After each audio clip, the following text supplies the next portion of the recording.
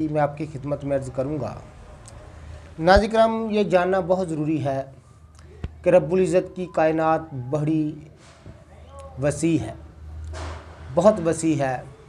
अगर कोई इंसान ये समझ ले, कोई आक़िल इंसान ये समझ ले कि मैंने तमाम दुनिया का, तमाम कायनात का इल्म हासिल कर लिया, मैं मुकम्मल हो गया, तो ये उसकी एक सरासर गलती है, बल्कि खुली जहालत है।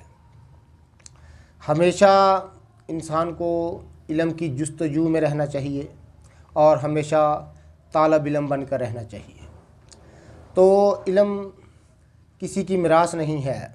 रब्बुल इज़्ज़त